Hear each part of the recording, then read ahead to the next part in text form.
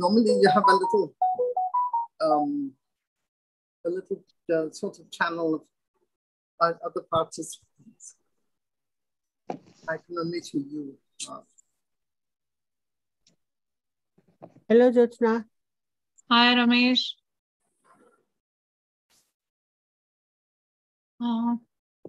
I can't hear you. Why?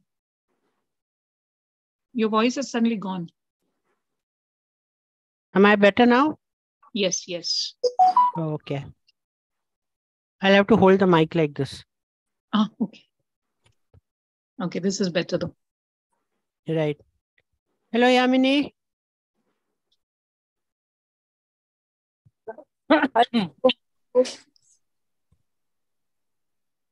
Nice to see you all again. Yeah, always a pleasure to see so many poets. We are all up to something. So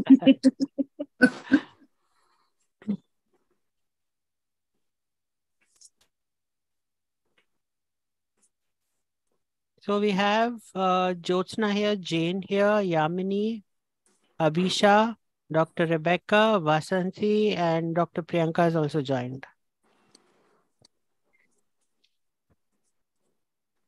So do we have all our 7 poets.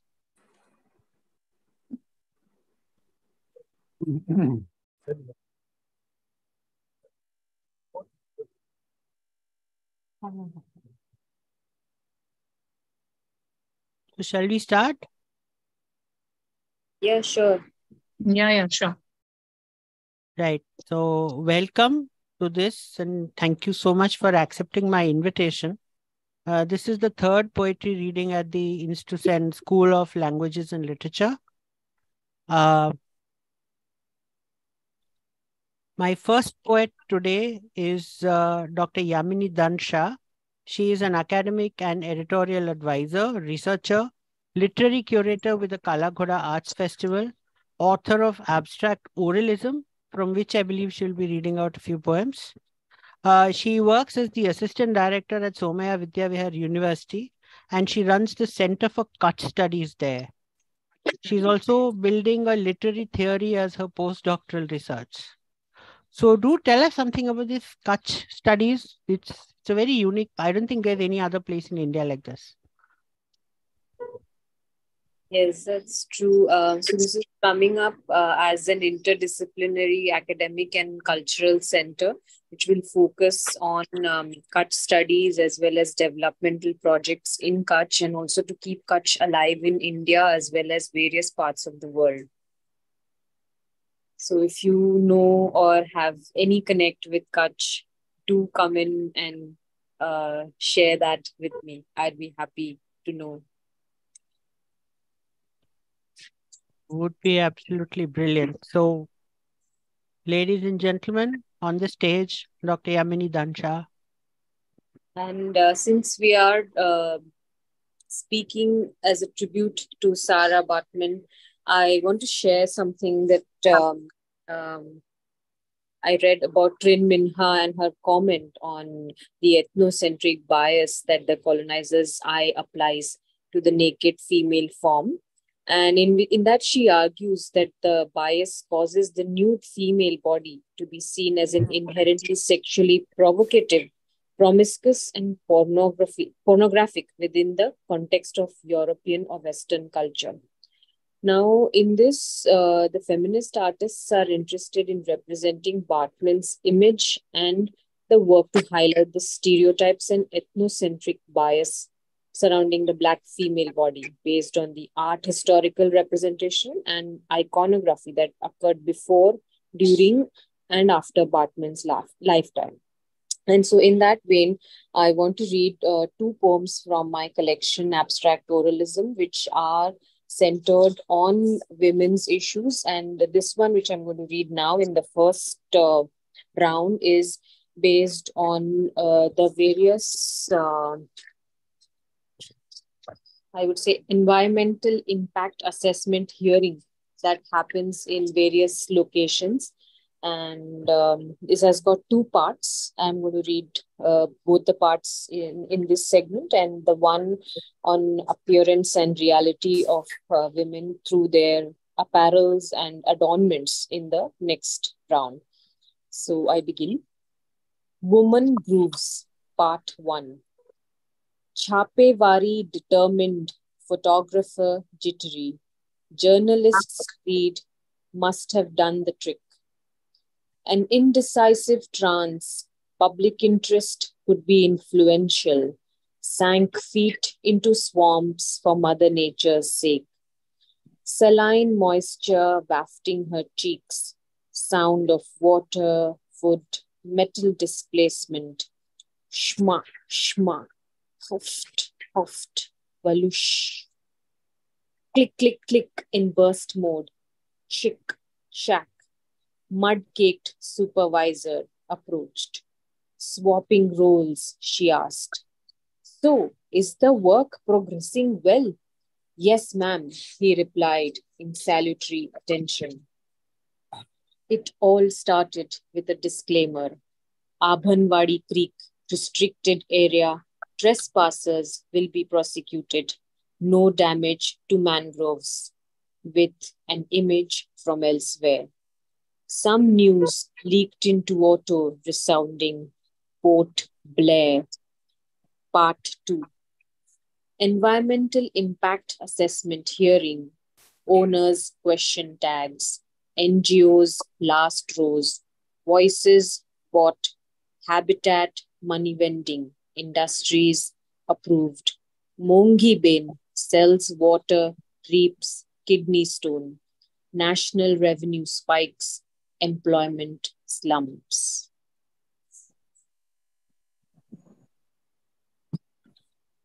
That was quite hard hitting. We can ask the next poet to continue, and I'll read the second one in the next round.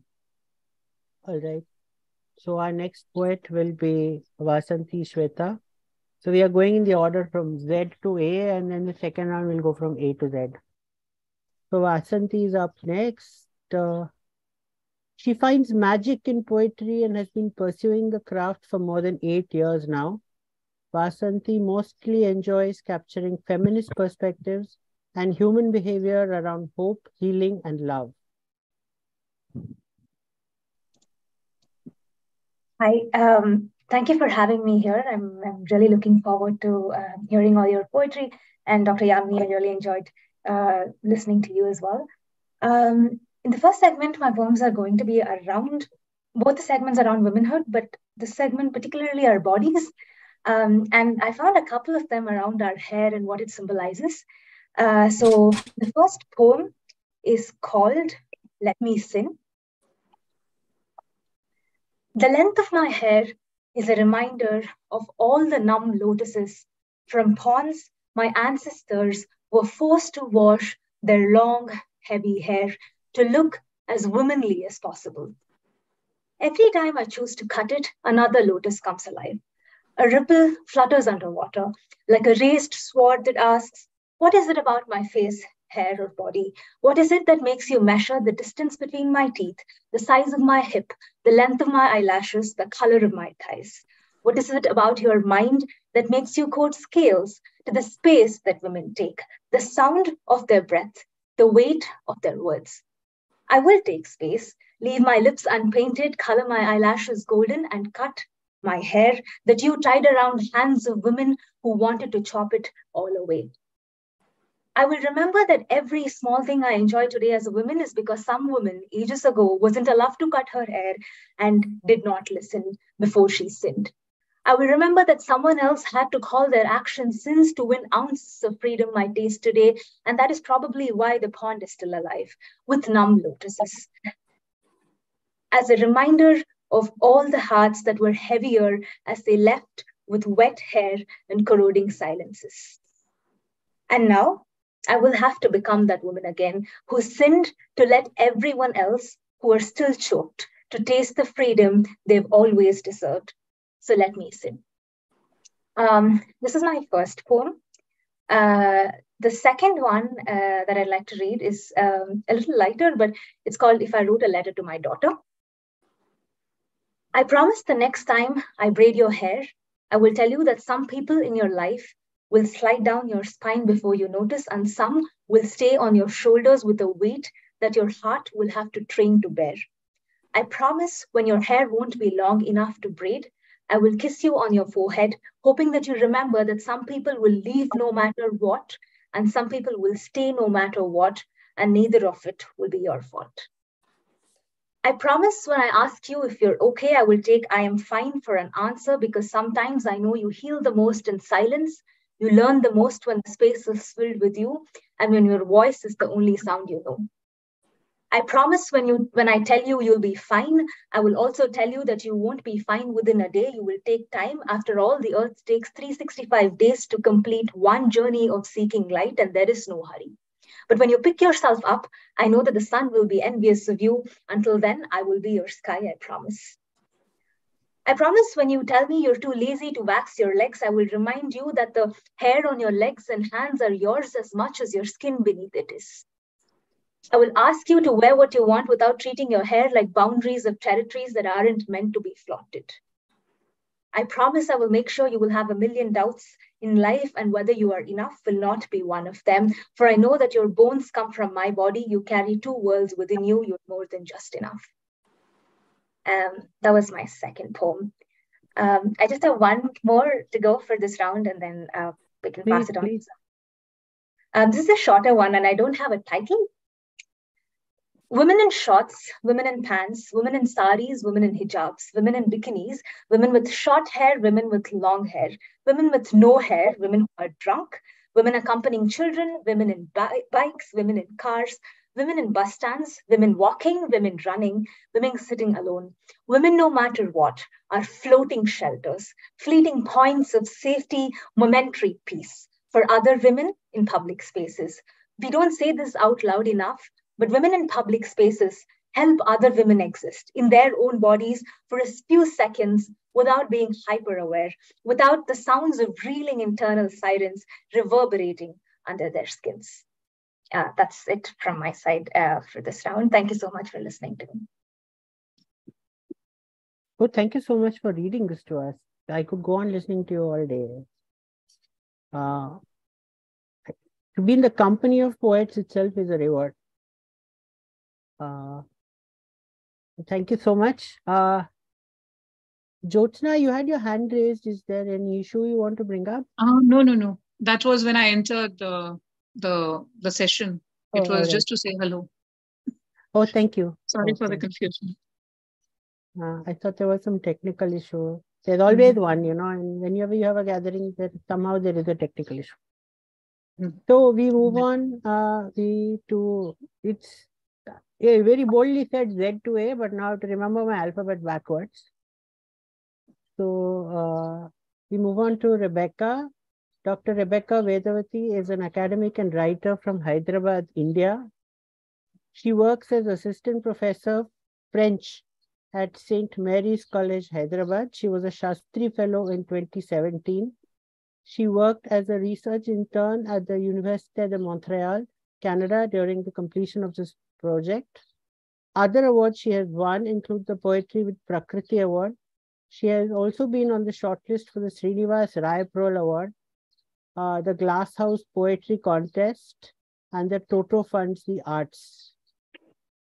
Her work has been widely published in journals across the globe, including the Mascara Literary Review of Australia, the Dangerous Women Project, which is from Leuven University Press, Belgium, Allegro Poetry Magazine, and in many anthologies of Indian writing. When not reading, writing, or teaching French, she lives a quiet life with her cat, plants, and partner. So the floor is yours, Rebecca. Hi, everyone. Thank you so much for having me here. Today, I'm going to read a poem that I wrote a few hours ago. So forgive me if it's not really well done or whatever. But it was important for me to write. It's called Body Tax. Too fat, too short, too tall, where's your hunch? Too smart, too dumb, bend your head, shut your mouth. Men are talking, lower those eyes. I see your bra, oh your breast. Too small, too large, lopsided, Lilliputian. but still got to touch them, consent or no consent. Didn't you ask for it? Oh, wait, who cares? Not me, no. Fold those legs, inwards you go. Don't open up like you want desires grow. Did you just laugh? Stifle it. Can't no one protect you if you wear that? Asking for it, are you? Share your location. Did you just fall asleep on a cab? And you had alcohol? Then it's not rape. You want equality? Go for a show. Wait, don't tell me you want to work. What about the children? Wait on, I'm progressive. Fine, you may go work. You can come back and look after them. Hand me the money, hand me your phone. Where are the passwords? Get me that loan. The children are crying. Pick them up, nurse them, feed them, grow them, cuddle them. What kind of mother are you? Don't you know that home remedy? Oh, my mother used to, where's your makeup? You look old. Hide those scars. Look at those eyes, sallow, swollen mess of you. Oh no, now that's too much. Take it off. Did you cut off your hair? Who are you trying to impress? Not me. I'm just shocked. Short hair that length. That's going to be talk. There's going to be talk. Yes, yes, yes. Just like that. Faster, faster. Wait a minute. Where do you learn that? Headache? You seem fine. Are you getting it elsewhere? But who tapped that? Can't you get back in shape? Exercise, run, cardio, gym, swim, anything. You're always tired. Why are you always tired? How can you always be tired? Can't understand why. Can never understand why. Unfathomable womankind. So that's my first poem that I sort of tried out on you guys. My next poem is a sweeter one. It's called On Bathing. It's about different generations of women who are bathing. Okay, so here goes. On Bathing, month 1. She lies between stretched legs, the warmth she was born from. This time, eager to escape it, communicating in wails, as I slowly pour warm water over her, coating her oiled skin with gram flour. Her little arms resist. We talk in a language, crying, cooing, clucking. It sounds a lot like Tamil. Not the kind Periyar spoke. Our conversations began early on. Now she responds in English. At 5, splash, splosh, splush. It feels like I am bathing with clothes on. She puts on soap by herself. I watch, I play with the soap bubbles. She manages to rub on me. She has a mole on her back. I look away for a moment. She rubs her soapy hands into her big fish eyes. There is crying, tickling, toddling. She waits for me to wrap her in a towel. Sometimes we pretend the towel is a sari. We sing, Amanakundi Doria, Chennapatnam Poria. She's aware of her body. At 12, she stands in front of the bathroom mirror, runs her fingers under her armpit, below her belly. She finds a liquid mangrove flowing from her thighs, muddy. It smells like iron, crying, clutching, clenching. She leaves her underwear on the bed for someone to find. It takes days for someone to tell her she's not dying. At 23, I'm always running late, always have to be someplace. Every other friend seems to have the temporary luxury of a long, hot bath. They come out sounding, singing, smelling like coconut milk and shea butter. I come out soapy, leaving clumps of hair in the drain, thinking about you. Your hands and I, we have an unfinished conversation. At 54, she takes the shortest bath. In she goes, out she comes. That's that. She's perfected the art of cleaning, cleansing, and clarifying her body with no excessive interest in it. She is open to answering questions through the bathroom door. At 92, a plastic chair holds her wrinkled body. The water is boiling hot. The steam makes me sweat. Her skin is a series of paper folds. I gently rub the soap under her fallen breasts. Her herniated belly spills out. She looks at me with dentured teeth. We don't talk. I pour 3 buckets of steaming hot water onto her frail frame. There is the ritual of the powder under her armpits and between her legs after she is tired and falls asleep, still, living, living, living. Yeah, that's, I think that's the 2 poems I'd like to read for the first round. Into that is Bhayangaram. It's like an answer to Shakespeare's 7 Stages of Man. But it's so very evocative. What a journey. So thank you so much. We'll look forward to your poems in the next round. Let's move on now. Dr. Priyanka Verma is currently working as an assistant professor at a college in the University of Delhi. She has a PhD in marine biotechnology and currently teaches botany. Hi. Last time I've heard of any interaction between botany and literature was in that movie between Amitabh and Jaya Bachchan. Yeah, it's a very famous one. At least people are aware of subject botany. Correct. I think it's finally botany has gotten back at English. So she says she's always been influenced by English literature. Poetry became a mode of expression for me. If by Rudyard Kipling is like an anthem to me, it's as masculine and toxic male poem as one I've ever read. See, I am not a literature person. So for me, look at it in a man's way. I think of it as an inspiration or hope. It was a sort of hope for me. Okay, you have to be, you have to be like you should always be humble. You should always be aware, and you should always be like, it's like a triumph over bad or evil. I love that. That is my perspective of it. Like I am sure it had its flaws, and I was not aware till now, like till you said it. Yeah, but that's the thing about poetry, it is ultimately left to us to interpret it the way we understand it. I have had people come and tell me my poems are like this, like that. I said, I never thought of it the way when I wrote it. And I'm sure all of us would have had such feedback at different times. Yeah. But the floor is yours. I'm waiting to listen to your poems. Okay. Just a second, please. Yeah. So my poem, I thought that we have to write keeping Sarah Baartman in mind. So my poem, it is about her. So it's called I Exist, I Am Here, I Am Human. And it also showcases like women's voice as well. So it goes like this. In a world both beautiful and dark, Sarah Baartman, you left a mark.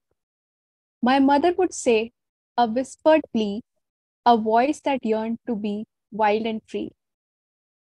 The world is a beautiful place, she declared, yet darkness lingered, a constant affair. Monsters lurking, every corner they find, a girl's fears, a word unkind. Embrace the darkness, she wrote, black, her favorite color, a cloak of note. It felt like her, an identity found, denouncing existence, in silence bound. Mourning the humanity, a sorrowful tone, in the depth of despair, feeling alone. I am just here. A whisper so small, lost in the shadows, humanity's call. As a child, the word she announced, crying out loud, a spirit pronounced, I am here, I am human, pure and true. A declaration of self, a defiance to death, a life to pursue.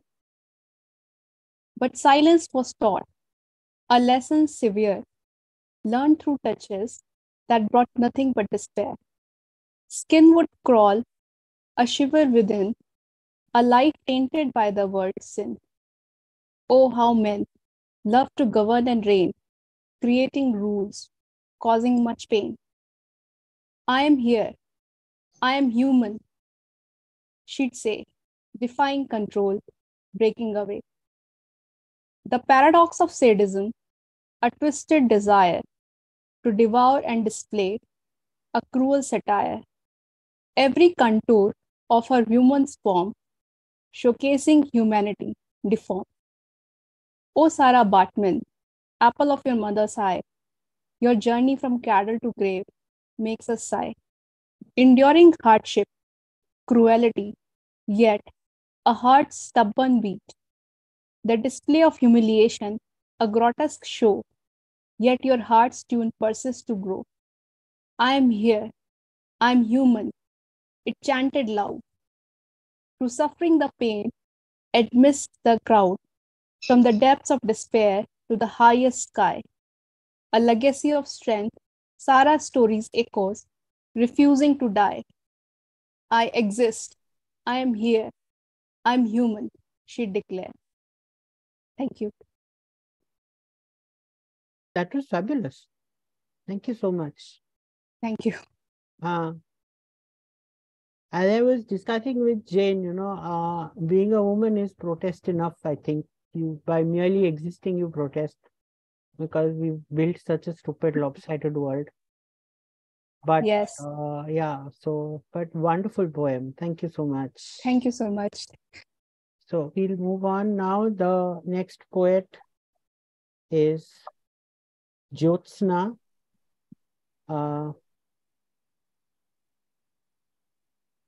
So she says that the thing about writing is that it is both my career and my leisure. It does get a bit claustrophobic in my brain at times, but it's scintillating mostly. Between writing a skit, which she also acted in when she was 9, and recently publishing a book called The Jungle Book of Rhymes about rarely seen wildlife, Jyotsna's ink has flowed freely. Urdu shairi, Marathi stories, which she is too shy to bring out, and haiku. But it's always free verse that gives her words an edge. Jyotsna, if you say you're shy and then you let me read this out in public, that means I'm going to ask you to read a Marathi story. I write only stories in Marathi and I'm basically too shy to read them out because I'm not very sure that I have adequate vocabulary in Marathi to be writing stories. And that's a lot of vocab. So I'm very shy about my Marathi work.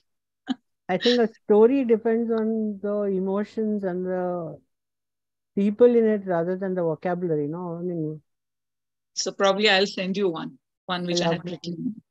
And I would love to hear your views, but thank you for inviting me today. And I'm going to start in the first round with, although, the wonderful poets before have touched on some of these themes, I'm going to start with 2 poems in the first round. The first one is called Kaikai. And why Kaikai? Because it's a character that I used to hear about when my grandma told stories about from Ramayana, and she was always the bad woman. And very recently, I was sifting through mythology, and I realized that when I used to myself tell stories to my son from Ramayana, I used to use the same words as my grandmother to describe another mother, and that was the start of this poem. So Kaikai. Stoic I stand here, as I have done for centuries. Despite the abuses you've hurled at me, I shall never accept the tags of the flawed woman or the vile mother, although I am the scorned queen. Unyielding and unrepentant, I have no excuses to offer, nor any forgiveness I seek. What was my fault, except to believe naively that 2 boons were mine for the asking any time that I liked? Judge me, if you must. Like so many others before you have, and more to come shall too. But tell me, in all your honesty, how would you have labeled me? Were I a man making a calculated move? Being woman, now that is a price I must pay forever and more. The unbearable burden of expectations, of virtue, of untold sacrifices, and towing the line mutely, be it drawn by my father, husband, or son, handed out in lieu of protection for my father's kingdom, a second wife to my husband, although second I was to none. The tragedy of my being woman complete when I was forsaken by my own son. So that was Kaikeyi. The second poem for this round is called In the Name of Honor. And it addresses the feudal mindset of the great value we place on sons, and the notions and honor and shame that allow men to control their wives or sisters or mothers even. So that's a continuation of Kaikeyi. In the Name of Honor. The fortress of honor is a feudal castle. This I should know. I grew up there, walled behind traditions, veiled in custom, shrouded in morality that was only mine to uphold. And because I was allowed to be born, despite my scorned gender, I lived gratefully, mute, with eyes downcast, as girls are expected to be, never stepping outside the radius of my life that they had defined for me, accepting without a question that I embodied their honor. They repeated it over and over until I believed that there was no other purpose to my life than to do my duty and keep their names shining in gold. All these men who run my life, who have impounded my womb, lest a seed not of their choosing sprout inside of me. And so they put fetters on my feet and pulled a noose through my nose and amputated my dreams and shackled my soul. Then when they found a stranger who fit their bill, they handed me over along with the price he named for transferring the burden of my responsibility from my father to him. And as I sat there, terrified and swaddled in blood red, my mother whispered words that once she had heard and could never forget. Uphold the honor of your husband, so the tribe may praise your father too. Do not bring more shame upon me than having given birth to you. Don't you look back when you cross the threshold of this house. There never was anyone here for you. Remember that. Perhaps I will think of you when I'm all alone, for even the wind should never hear the longing of a mother for her child, not if it's a girl who should have been born a son. So thank you. That was my second poem for this round. That was fabulous. I am just amazed that that all the people whom I've asked have been so gracious to me. So we'll read the next, which is Jane.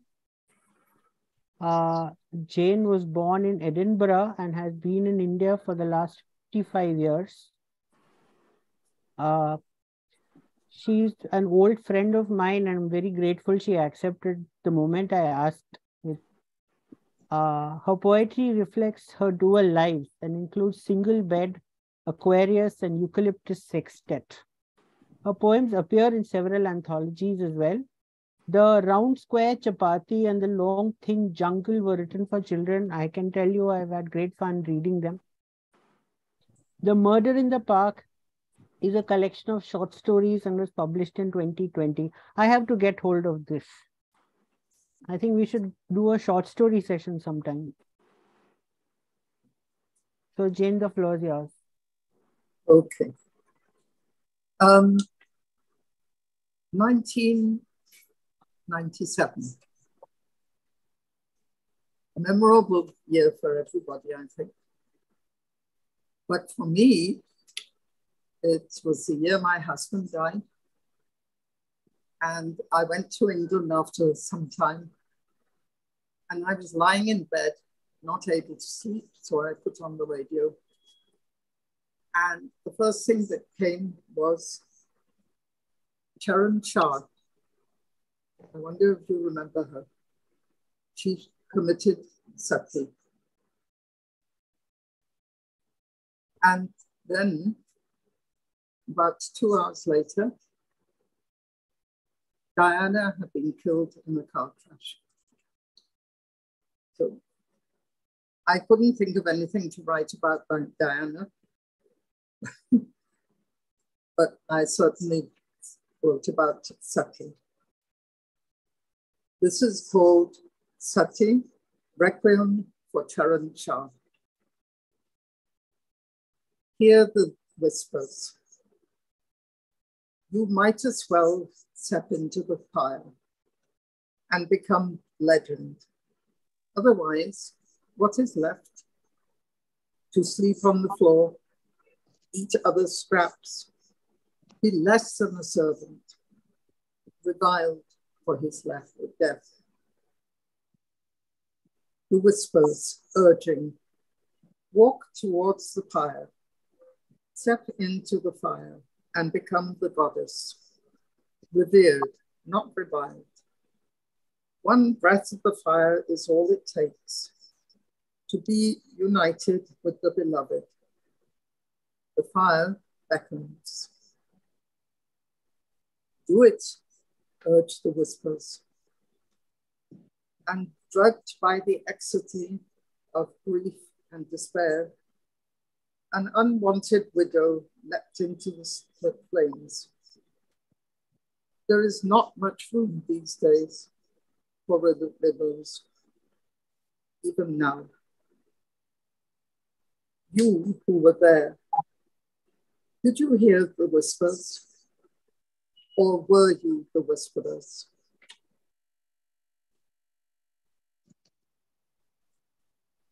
Now, my second poem,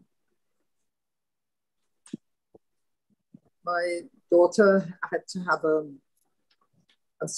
failed pregnancy removed. And for us, it was a very grievous time because she had not been able to conceive, and nor would she. It was a great grief to all of us.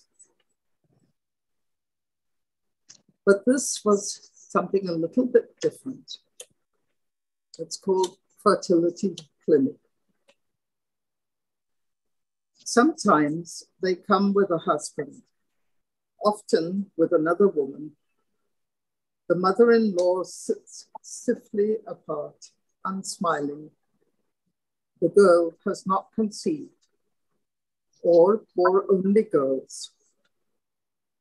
The girl's mother sits closer, smiles and chats, but anxiety underlines her lips.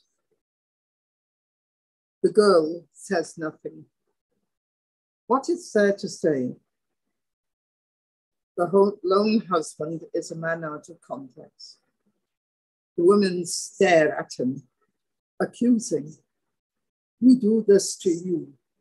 We try to please you, and you are not pleased. What must a woman do to please a man and his mother? Then the doctor comes. Her power flows out into the waiting women.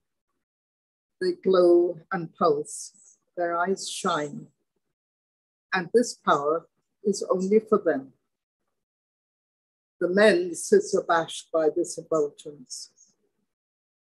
After the doctor leaves, the room fades. But power remains with the women. And for a while, they wear their men like handbags. Thank you. Very interesting. I always envy people who can write like this. I was discussing in my literature poem, all I write is poetry that would get me divorced and probably why I'm not married yet. So our last writer for this round and our youngest as well, Avisha Gulati is a poet, an author, a researcher, and studying psychology, currently in the final year of her undergraduate degree at the University of Delhi. Her debut collection, She is an Enigma, was published when she was 17. Wow. Making her the first and youngest author of her family. With her readers' love and the grace of gratitude, it became a bestseller within 3 days of publication. She writes haiku, senryu, and other Japanese forms of poetry along with free verse. She also enjoys writing research papers in psychology and crime thrillers every now and then. Good Lord, that's an impressive CV for 17. At 17, I was still plucking out pimples. I also plucked out a lot of pimples, so that evens it. I am so grateful to be here, and it is so inspiring to listen to all of you. Uh, Transitioning from a young girl to a young woman, I sometimes feel this angst, this kind of rage, this sort of poignance, wherein I feel like life would have been so much easier if I was born a man. Or if I could just email God and say that, hi God, I want a refund on womanhood. So that is what my first poem is about. Why I want a refund on womanhood from God. It's a little dark, but I hope you like it. I want a refund on womanhood from every god that existed, exists, or claims to. And I want a full one, with not a percent excused. Because this is not what I signed up for. Because with this 24-carat gold label of womanhood wrapped around my neck like an invisible dog leash, I cannot breathe. I cannot breathe a second more than it takes the men in my neighborhood to bury a girl child in the very soil they sing Jai Hind to.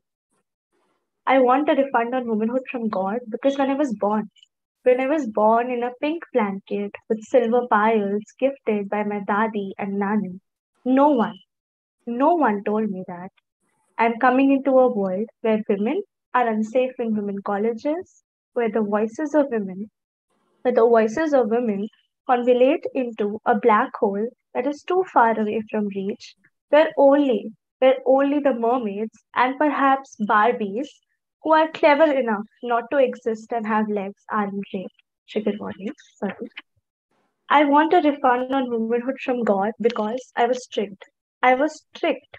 I was strict by my elders, like my mom, who dressed me up every morning in a knee-length skirt, and my teacher, who checked whether the size of my nails was shorter than the self-control of the boys in my class. I was strict into thinking. I was strict into believing that if I behaved like a good girl and followed all the rules that people told me, everything will be all right.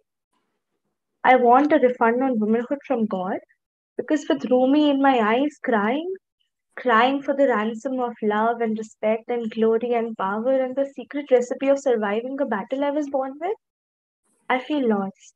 I feel scared. I feel shattered. I feel alone. I feel everything I wouldn't have if I were born a man. Thank you.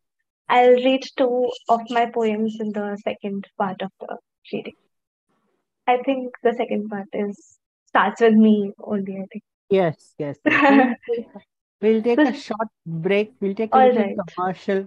We'll take a little commercial break. All right. The commercial break is to talk a little about the InstaSend Trust.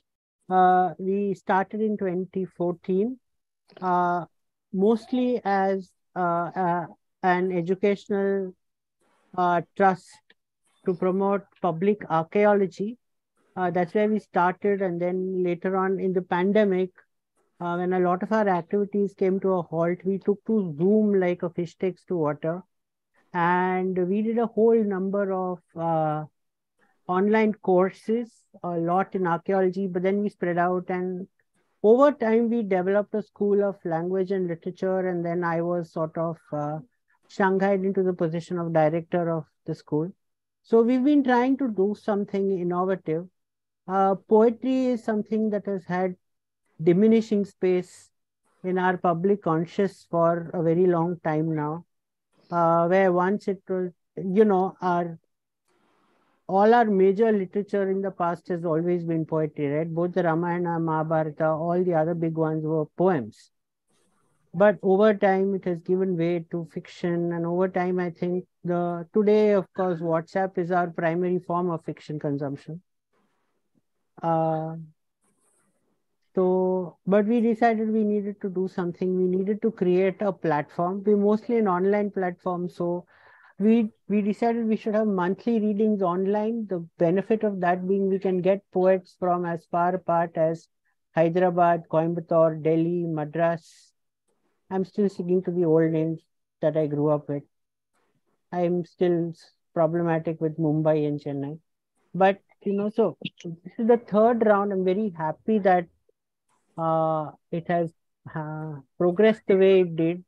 Anjali, thanks for joining in. She was, one of the most encouraging voices I have had.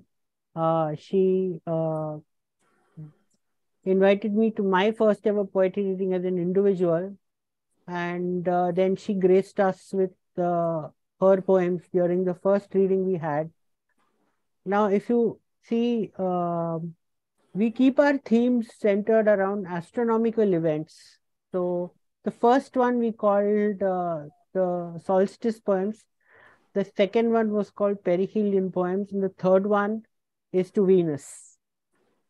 So the idea of that was that astronomical events don't care whether we're human or we're any other kind of animal. They don't really care about our religions, our ethnicity, whatever, right? So they're universal, literally in the sense of the word universal.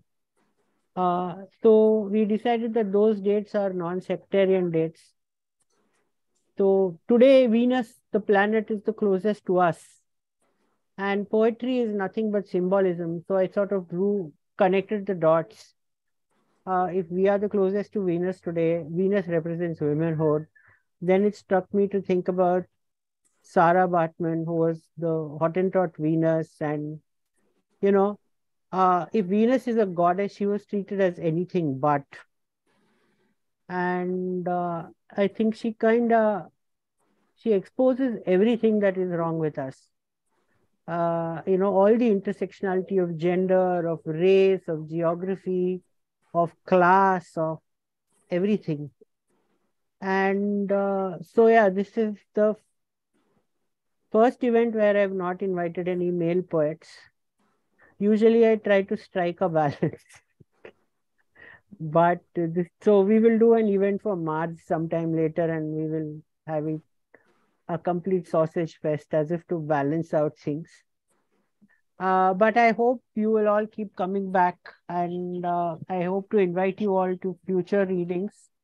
Our next reading I have now planned for the 22nd of September, which is the autumn equinox. So that was the commercial break. By the way, our YouTube channel has 992 followers. So there are 8 people who click like. We would be very happy to hit the 1,000 mark. And Abhisha, you would know as a psychology person what numbers matter to people at times. So yeah, commercial break over, and back to you, Abhisha. All right, that was a very nice commercial break, unlike the ones we see on television. Ramesh, why don't you read one? Yeah, No, but why no. don't you start with it? And then I can No. take over. No, I'm very strictly with a certain purpose in mind, I'm saying no. So Okay. Could I share my screen? I would like please to do. show you my poetry. Please do. You are your co-host, you're free to share. Okay. Are you able to see Yes. things women do before their dusk off? So Wow. all throughout the little life that I have lived till date, I've had a dusk curfew of like you have to be home before 7, you have to be home before 6:30, and I feel like sometimes it's all right, but sometimes as a woman you feel, as a young woman, as a girl, you feel that there's so much you want to do. You just want to conquer the entire world. You can do everything you want to, but it should be just like before 7 p.m. So that's my poem about. That's what my poem is about. Things women do before their dusk curfew. Before dusk, live. Build a birdhouse in your dadi's angan. Set a Black Friday sale of your heart. Breathe 13 times. Inhale and exhale. Wait for your dreams on a bus stop and see them swift with the road muds for you. Smell pahadi guavas. Lock them in a bag of stale French fries and seal your memories together in a bottle of perfume. Try. Binge watch 90s commercials. Wear sindoor for a stage play. Stare at your broken home and console yourself that it can still be repaired. Drink your freedom with two straws straight. Travel. Go to places ma said women should not go. Hug strangers and tell them they're doing all right. Sit in the lap of Taj Mahal and eat orange juice. Don't remember the orange of the sun. Forget your night curfew and scoldings you get when you reach home by 7:01. Lick the orange droplets fallen on your blue shirt. Hallucinate a little.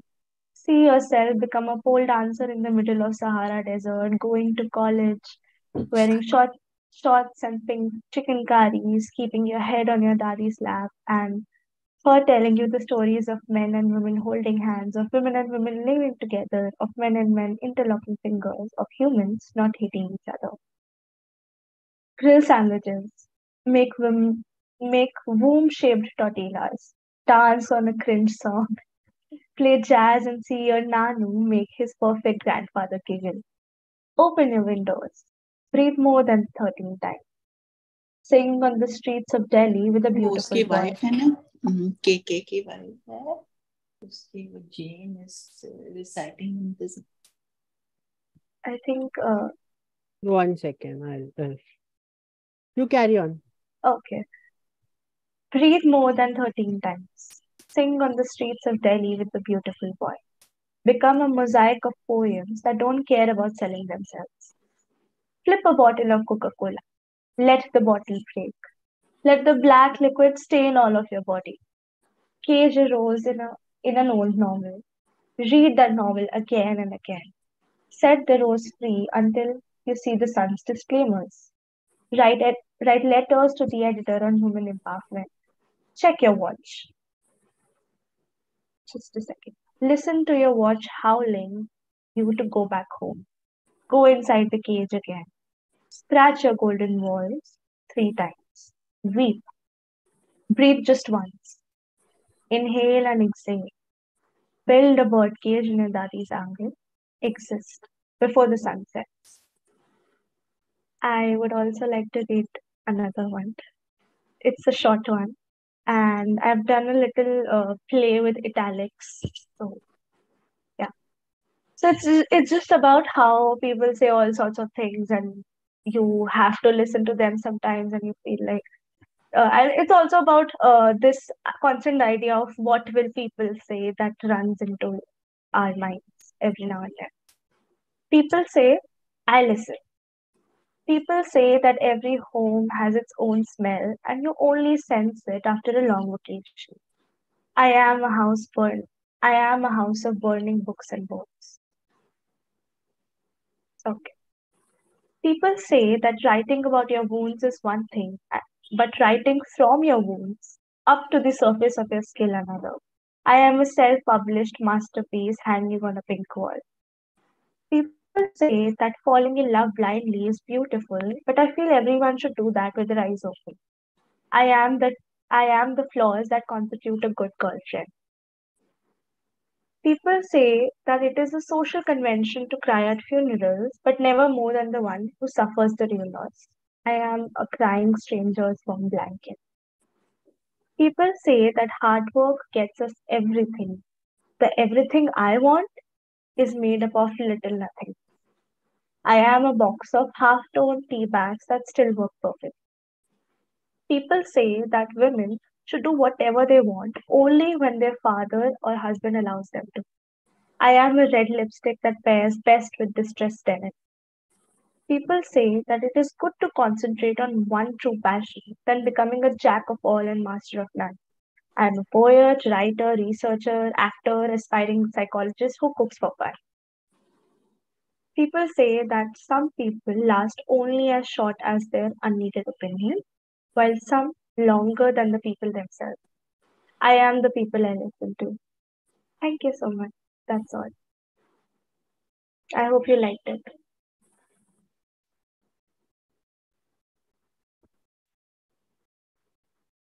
I'm speechless, literally speechless.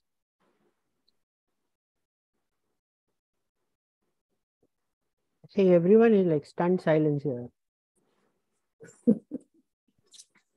Thank you so much. I liked it very much. Thank you.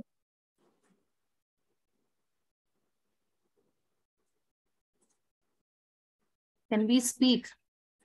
Is it Please, allowed? please do, please do, please do. Yeah. Abhisha Gulati, wonderful.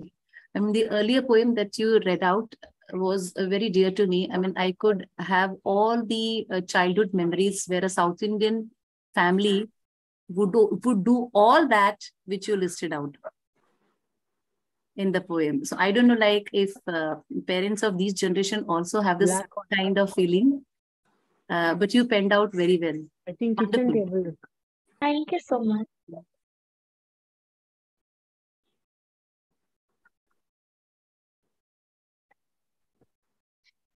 So shall we move on to Jane? Back again. Okay. These are two personal poems about the way I felt as a sort of 30s woman, wondering what I was going to do. I am what I was. You didn't know me. You didn't know who I was. Lived with me for 30 years and never saw what I was to myself. I was a singer of songs, painter, poet, creator of stories. That's what I was. I became the mother of your children, company wife, hostess, your woman. That's what I became. And all the time I was dying inside because I could not be your woman and still be myself. The irony is that you died and I survived. Now the second one, I've been widowed for about 5 years, and I went to the funeral of one of our cousins who's much younger than us actually. And I had to console his widow and tell them sometime we would survive. She didn't see that, but that's what we had to tell her. This is called The Dry Wells. We are all dressed in widow white, but the true widows sit stony-eyed. They are like dry wells. They have wept all their tears for another. The other women overflow with rivers of tears, weeping for grief yet to come. We dry wells will not yield. Our eyes are rimmed with dead stones. They feel no water. No tears. In our empty eyes, we will see only darkness. One day, she will wonder how it was she felt no pain after the first dreadful hurt, the day her heart stopped with his, and then went on beating without him. On this day, we widows, the Drywells, sit with your mother in the dismal hall and dryly, tearlessly make her one of us. I promise any other poems are going to be much lighter.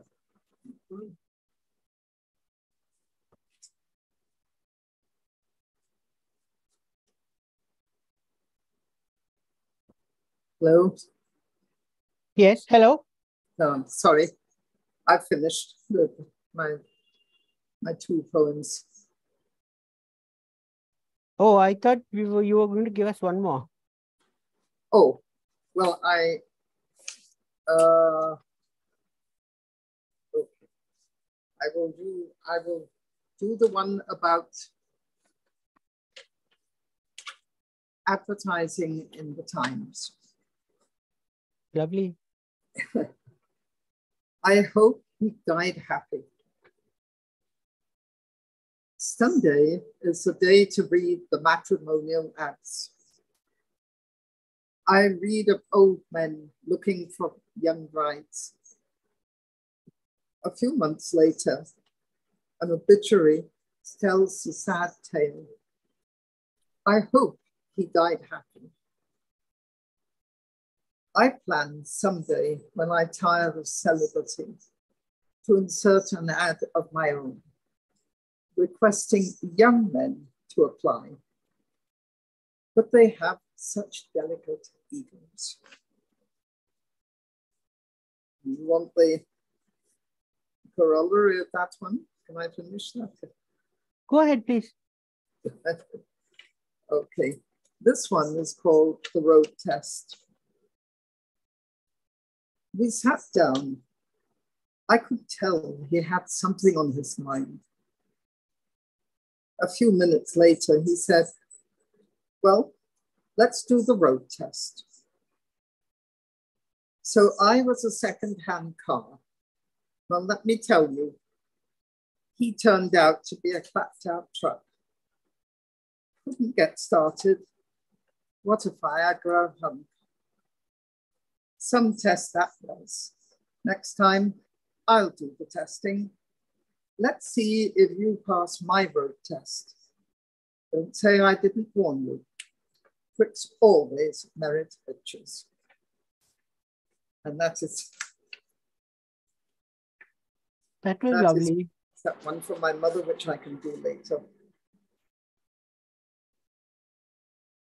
I have a feeling Kamlesh might get upset about the Times ad, but. Are you Kamlesh?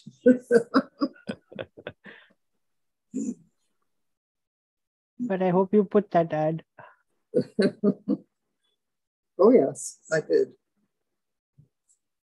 But most of them not. I saw them once in a cafe and they said bye-bye. I wasn't interested. They are very delicate, aren't they? Jyotsna?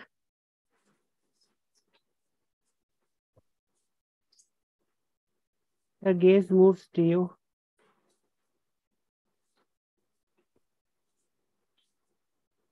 Jyotsna, you're muted.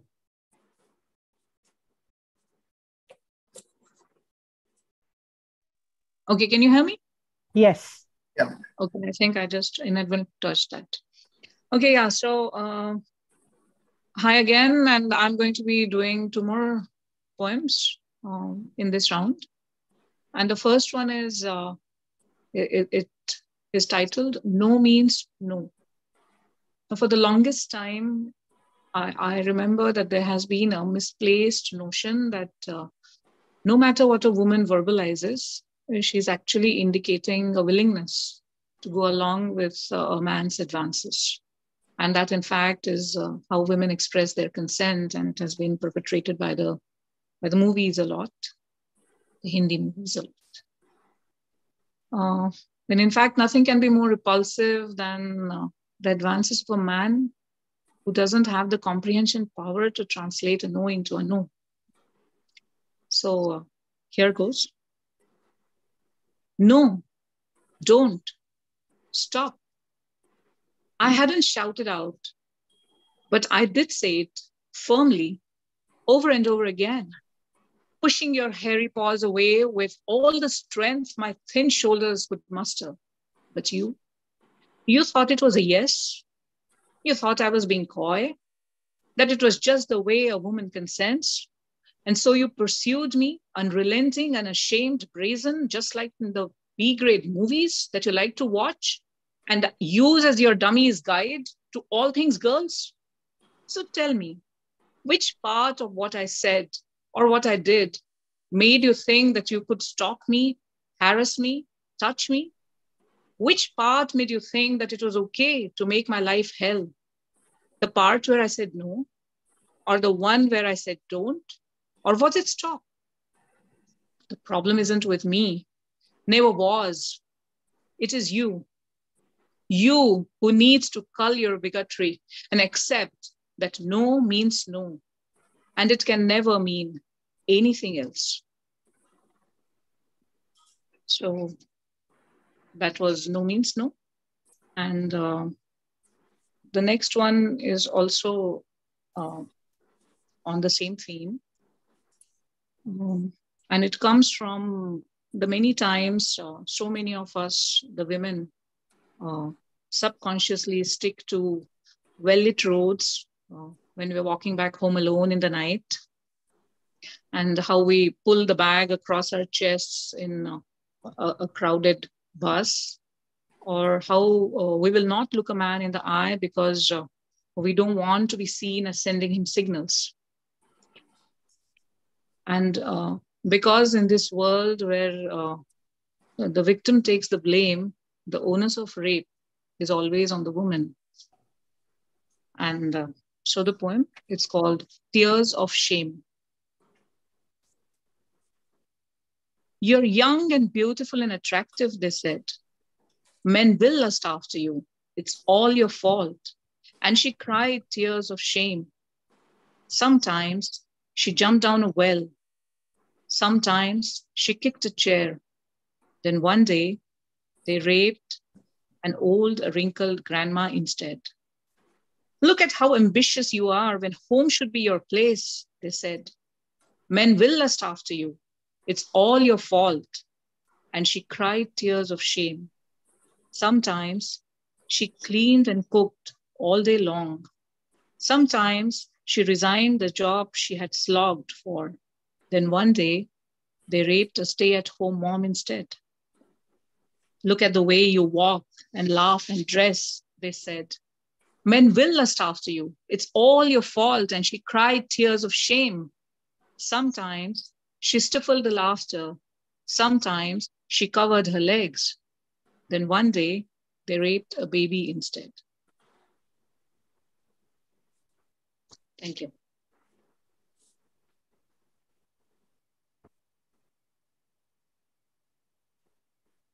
That was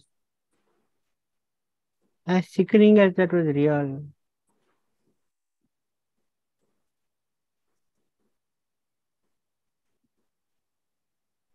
I can't hear you. Hello. No, I'm not saying anything. Sometimes you're just stunned into silence. Priyanka.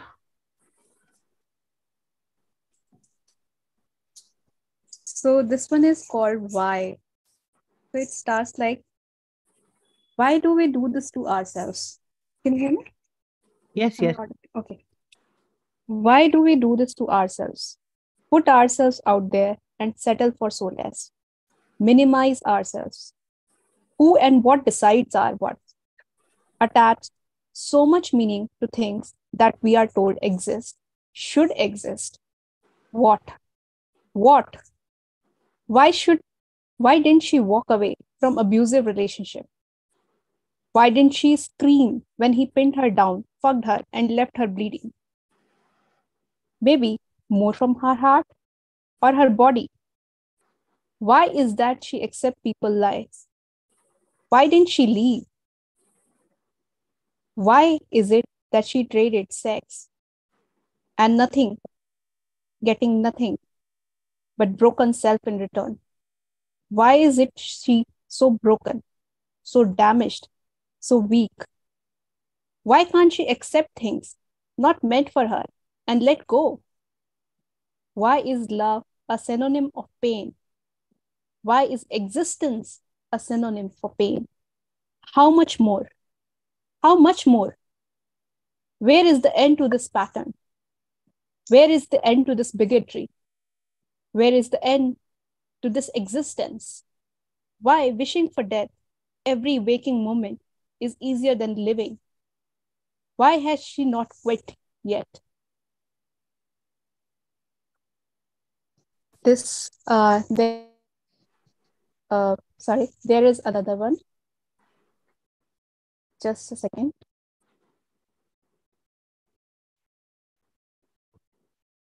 In the realm where shadows dance,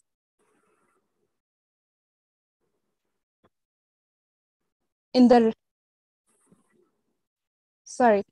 realm where shadows dance, a curse befalls with a chilling glance, a somber tale of womanhood's plight, a tapestry woven through threads of night, a curse, a weight, a shadowed shroud, a whisper that echoes both long and loud, invisible chains, heavy and cold, binding the spirit, making it fold. To be a woman, a cursed refrain in the world where struggles itch the pain, a narrative woven with threads of despair, a constant battle against bias near, a curse that whispers, you are small, a pawn in games where empires fall, a curse that texts, hush your voice, hush your voice. You thought your dreams, they have no choice? From birth, the curse starts to seep in whispered lullabies and stories deep, a script written in society's ink, dictating the role that women must think. It lingers in alleys, dimly lit, in eyes that leer, in hands that hit, a curse that hides in the heart's own ache, in the choices a woman is forced to make. It's there when dreams are cut at the stem, in the lies that say she's less than them. A curse that echoes through generations, injustice endured in frustrations. But hold from within this darkness deep. Hold from within this darkness deep. A fire of defiance begins to creep. For woman rises from hearts ablaze, shattering curses in myriad ways. They wield their voice, fierce and strong, rejecting a word that labels them wrong. A sisterhood born from shared pain, transforming curses into strength's gain. From the depths of this cursed abyss, a phoenix will emerge, fueled by the twist of fate and time, forging a path, a symphony of resilience defying the wrath. So let us bear witness to women's might as they break the curse with endless fight. For in unity embrace, the darkness receives, and a new dawn of empowerment proceeds. This is all I have. Thank you. Thank you so much. Welcome.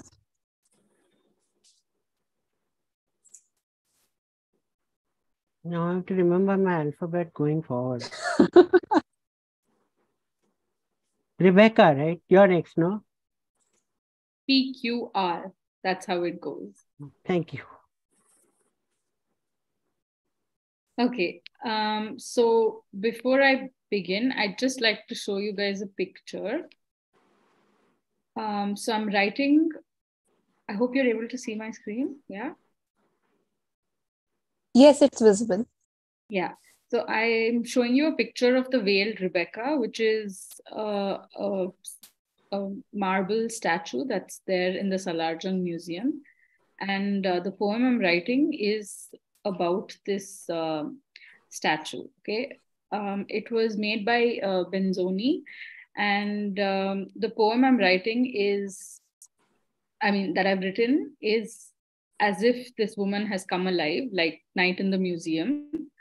And it also shares a name with me. So it's sort of it's very close to me, this poem.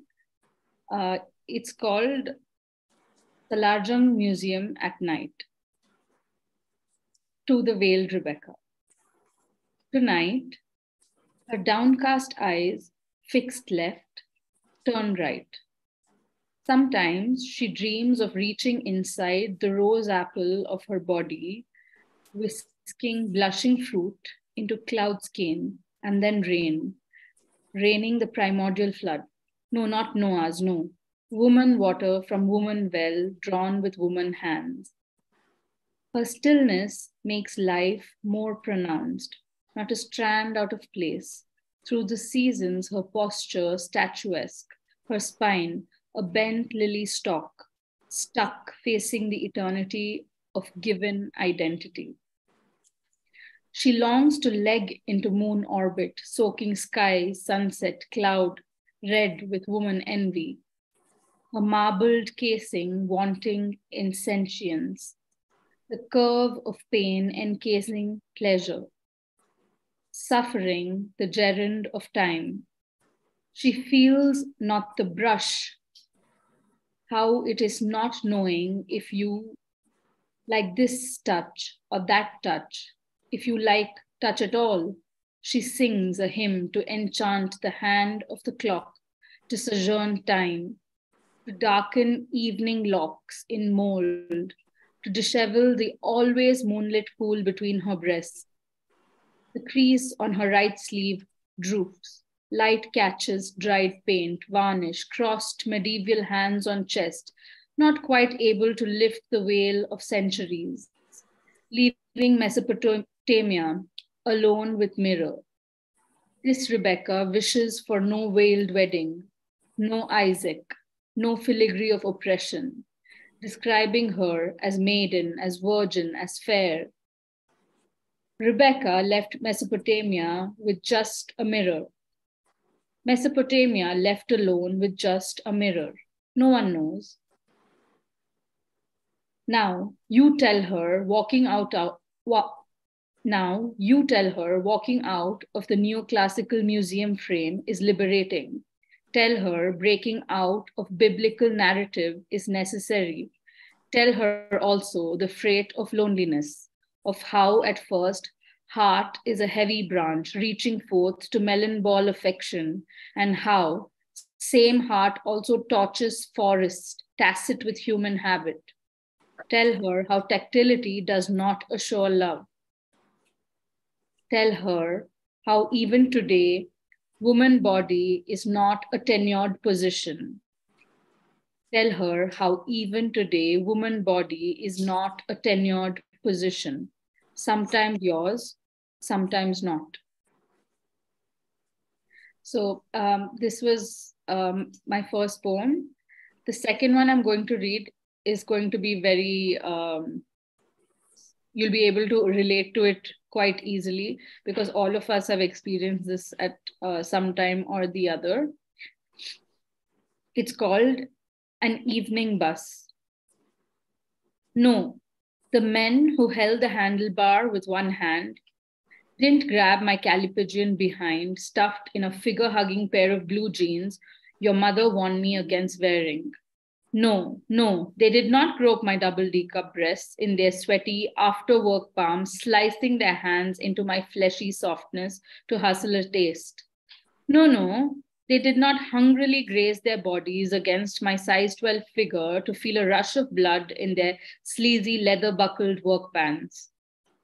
No, that's not what they did. What they did instead was stand piously away from me, waiting, lurking in cardinal longing for the chart-busting music to change tune, for the brake pedals to be punctuated with just the right period, for Newton's inertia to take charge, for Earth's balance to stir into the algebraic RHS, a syntactic shift, where the I in my consent became theirs to give, where they became the subject to my verb's accord, so that jiggling their gastric bellies into my ass was acceptable, running their obese eyes down my t-shirt crammed with 2 bouncing breasts was consequence, jerking in to accidentally stroke the small of my concave back was reflex, all divine design to violate my body, where assent takes the shape of a guillotined woman, and my muffled voice caught in the crosshairs, always religiously imploring, intent or accident, intent or accident. Thank you so much for the opportunity. I would really like to thank Ramesh and Institution for this chance that you've given me to read my poems. Really like that poem. Thank you.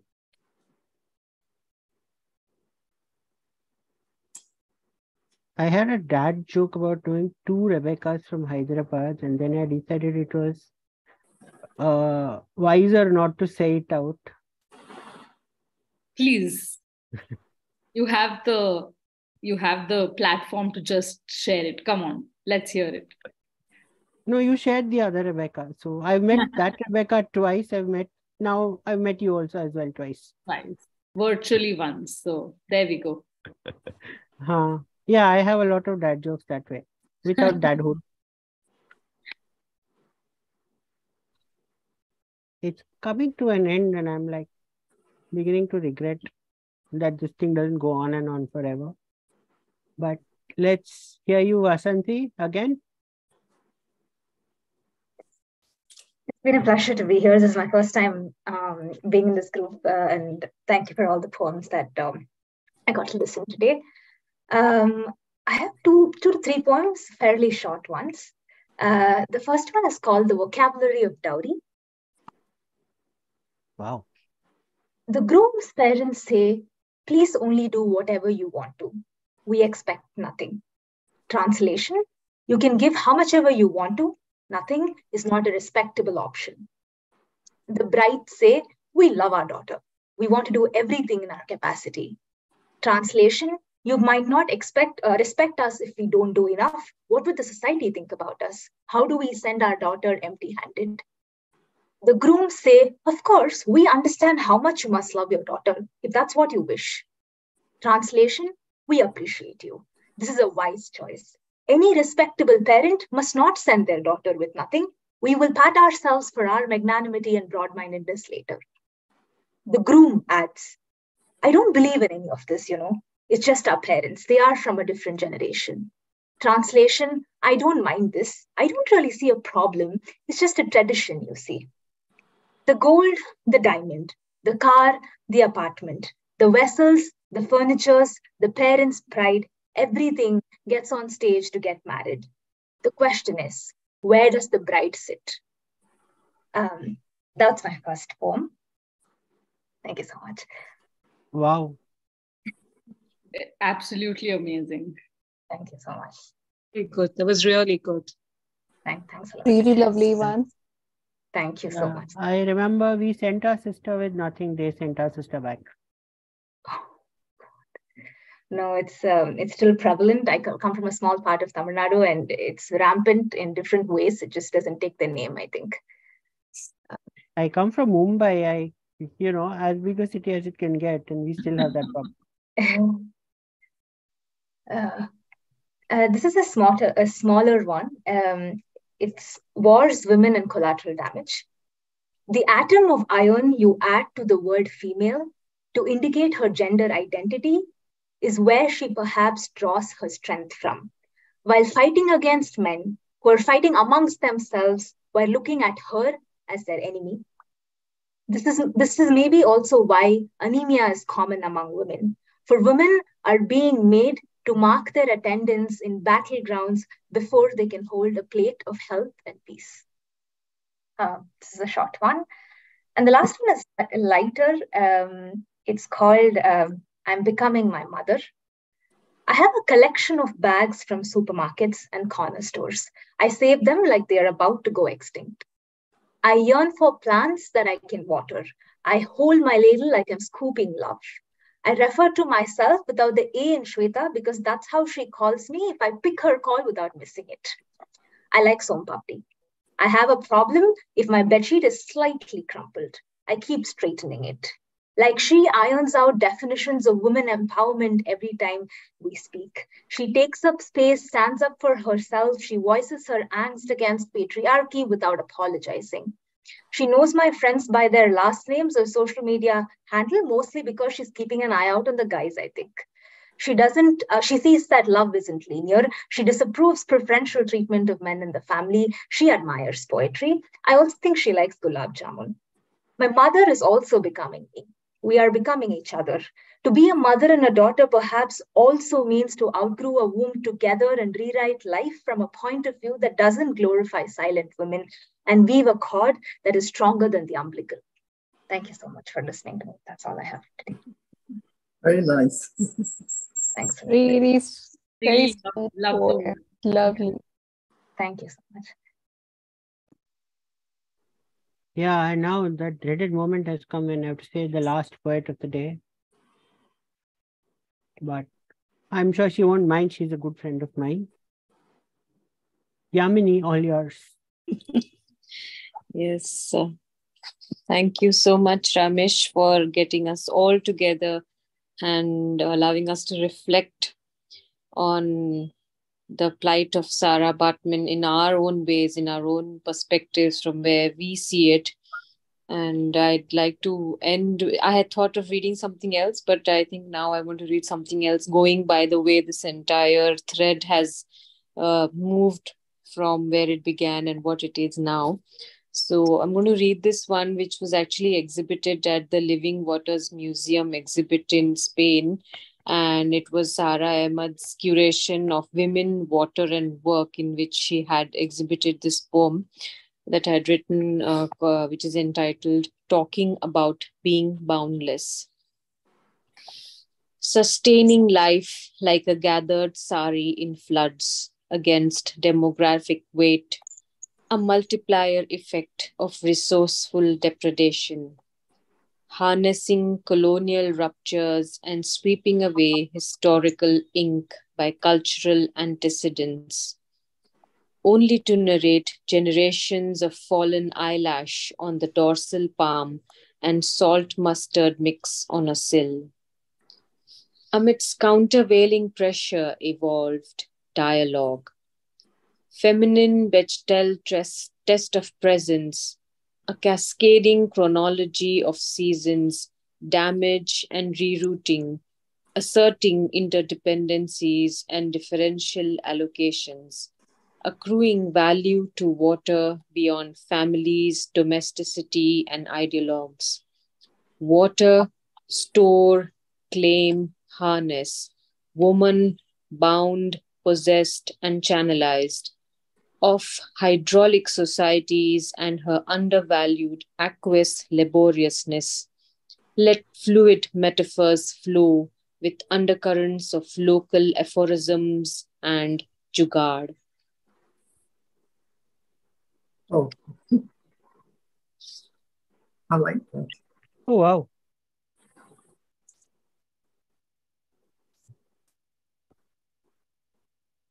Sometimes the shorter it is, the angrier it is.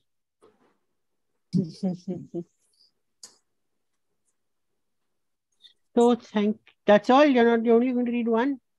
Yes, I think the way that the evening has been, I felt this was the right way to end it. I'm just trying to prolong things. But thank you all 7 of you for accepting so graciously and for reading out such fabulous poems. This is on YouTube, so those who want to savor it again and again can do so. You can also share it among friends and family, and we hope we do our tiny little share to make things wiser. I don't know how long more we have on this planet the way we are heating it up, but at least we can go out as a more equal society by the time we go out. Or maybe we won't go, I don't know. To that, yeah. But thank you very much. So another little commercial break, and then we have a few programs coming up at the School of Language and Literature and at the India Study Center Trust. That's the short form of the long form of Institute. So we are going to be announcing a few heritage walks in and around Mumbai in the coming months.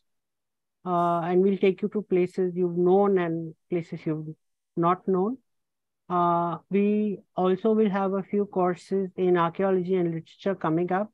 Up next is a debate on the 15th on the occasion of Independence Day on who is the custodian of language. So, you know, this is something I've faced throughout my life. Who speaks the pure language? Is it our elders? Is it the upper caste? Is it the people who live in the big towns? You know, we youngsters are spoiling language. People from the villages, they don't know how to speak proper language. The lower castes can't speak language, you know. So who ultimately are the custodians of language? So we have a nice debate lined up. We have 2 writers, Sanket Matre and Vaishali Shroff, a translator, that's Dr. Mukta Karnik, and a linguist, that's Dr. Shubhangi Kardile, and the debate will be moderated by Professor Abhijit Dandekar, who's Registrar of Deccan College. So that's coming up on the 15th. On the 18th, we have a lecture by a brilliant young epigraphist. She does a lecture a month on how epigraphy can help us understand our country's history better. And then we have a Sundays only series on the thought process of Krishna, which starts from the 20th. And on the 21st, we have a 2-week course on civilizations of West Asia that, you know, it's a series that we've done for 2 years, studying civilizations from around the world. So we've covered East Asia, Southeast Asia, the Americas, Africa, and now we are heading into West Asia. I don't know if we'll cover Europe. Gandhi said civilization in Europe would be a good idea, but we haven't gotten there yet. And then in the coming future, we have a few innovative courses planned. We are thinking of one on the Tamil short story and its relationship to the Dravidian movement. That's something we're planning in October. And I have been reading a whole lot of short stories because I'll be teaching that course from Rajaji to Annadure to various different writers, Imayam, Jayakant, and so many. So that's something coming up in October. We're planning one on learning how a language works by actually constructing a language from scratch. So that's something we're planning for the new year. We're also looking at something on folk tales and how folkloristics is studied. So those are my ambitions for the School of Language and Literature. But as usual, we will always have these monthly poetry readings. This year, I've tied them all to astronomical events, but maybe over time we'll move to a fixed date so that every Saturday or Sunday of a month we're meeting. And then, yeah, that's about it. So thank you very much again for coming and for reading and making this. This will hopefully be an immortal practice. I hope the last people on the planet to die are poets, so that we are known to have exited the planet with something positive. Thank you very We much. should at least record the last days of the planet. You say that again, please. You can say that again, please. I said we could at least record the last days of the planet. Oh, yes. Yes. I hope our planet will live beyond us. We should leave it first. So as okay, please. So actually, as in biology, so we have a concept of evolutionary history, or how our planet started. So our planet will always exist, but it's just that it might exist in a different form. Like dinosaurs, they got extinct, but we might not. So there's a debate which is happening there. Like some of the scientists say that we will continue to exist because they think that we are technologically so superior that we might be able to go to some other planet, or stay here here as well. So there are people who are already preparing for apocalypse. But then there is a certain there's a science school of thinking where they are saying that if we cease to exist, like we stop as a human race stops to exist, the planet will flourish a lot more, and gradually things will go back to nature will form its own course, and things will start to flourish again. So these are I hope any planet that we plan to go to has some kind of immune system that prevents us from colonizing it. It is a very difficult task. It's not an easy thing, because humans need a lot of a very confined environment for its growth. So yeah. So, and please thank you for everyone for having me here. And I am so honored to be here. I have heard you all. You all are so profound poets, and you all have such history with literature. And I hope I'll continue to keep on writing. And it was such a pleasure to hear you all. Thank you.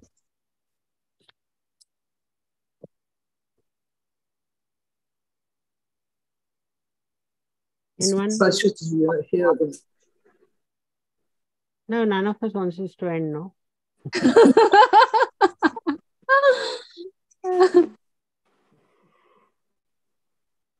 Hopefully we'll try and have an offline session someday so we can all meet physically. But right now, we are such a large country, we have to do things online.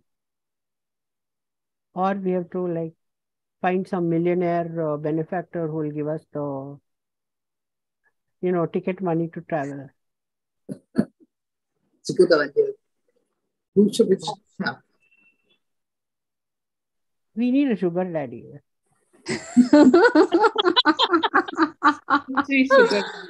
Yeah.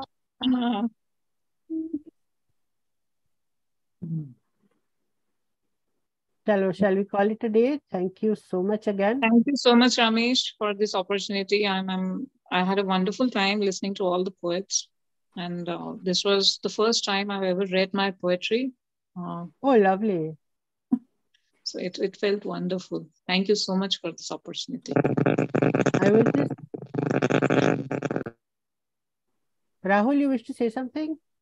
Yeah, thank you so much. It was very enlightening and very enchanting.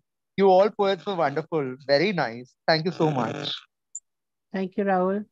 I want to congratulate every woman for actually pinning their words onto paper and bringing this out in such a way that we all see these things happen every day with either of us or with people close to us. But when it comes back to us in poetry, it is something that makes us feel it so much more strongly, and in a way that it moves us to do something. So congratulations to all of you for being poets, for continuing to do so despite all the odds. Thanks, Ramesh, for this lovely evening. Thank you so much. So I hope to see you all on the 22nd when we have a different set of poets reading. Thank you, Ramesh. Thank you, Ramesh. This will be published on YouTube, so hopefully you'll share it among friends, family, and we need poetry to grow. Personally, I think we need more poetry than we need AI. Right. Yeah, I second that. Aye. I had a stroke last year, and poetry has been one of the ways that I got my speech back. Mm-hmm. After the stroke, I had 3 words: yes, no, and I don't know. So I had to bring it up. And I must say, I find that poetry is one of the best ways. I read it aloud. Thank you so much. Thank you, Ramesh. Thank you very much for the opportunity. Thank you. Thank you so much. So wishing you all a great weekend and have a great Saturday night. Thank you, Ramesh. Thank you. Thank you. Thank you, sir. Thank you all.